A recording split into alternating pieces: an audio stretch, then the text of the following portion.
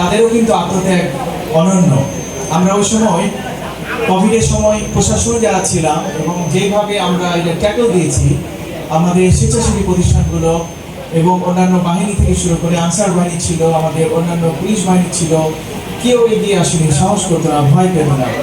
ভয় পেয়েছি, কিন্তু আমাদের ফায়ার সার্ভিসের যারা কর্মীরা ছিলেন তারা কিন্তু অকুত ভয়, নির্ভীক।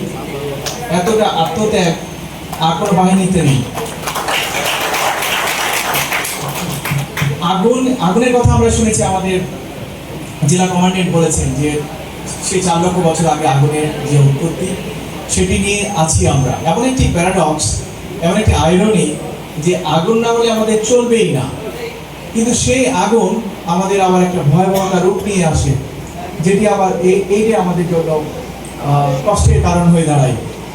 কিন্তু সেই কষ্টকে লাঘব করার জন্য প্রথমেই যে নামটি আমরা নেই, আমাদের মনে হয় সবাই জানে এখন যে কোনো বিপদ হলে শুধু আগুন বলবো না, যে উনি যেমন বলেছেন যে আমরা শুধু ফায়ার সার্ভিসকে ফায়ারের সাথে রিলেট করেছি, কিন্তু যে কোনো মানবিক বিপর্যয়, এই যে রাস্তার যদি কোনো দুর্ঘটনা, কোনো বাড়ি ঘরের কোনো দুর্ঘটনা, কোনো কুয়ায় কোনো বাচ্চা পড়ে যাচ্ছে, কোনো গর্তে কোনো গরু পড়ে গেছে, কাকে ডাকবো?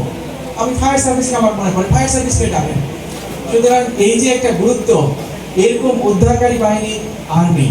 আমরা কোনো বাহিনীকে খাটো করবো না, কিন্তু সবাই ভিন্ন ভিন্ন রোল থাকলেও এই যে উদ্ধার অভিযানের ক্ষেত্রে আমাদের যারা আছেন এখানে ফায়ার সার্ভিসে, তাদের অবদান অনন্য।